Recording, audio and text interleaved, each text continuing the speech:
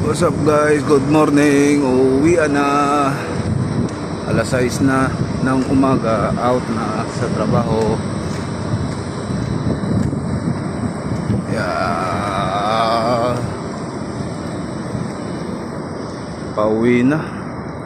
Parang naulan, parang uulan pa yata.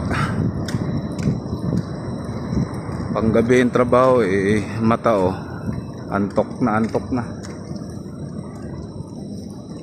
Alas 10 hanggang alas 10 ng gabi hanggang alas 6 ng umaga ang duty. Ngayon mag-out na ako.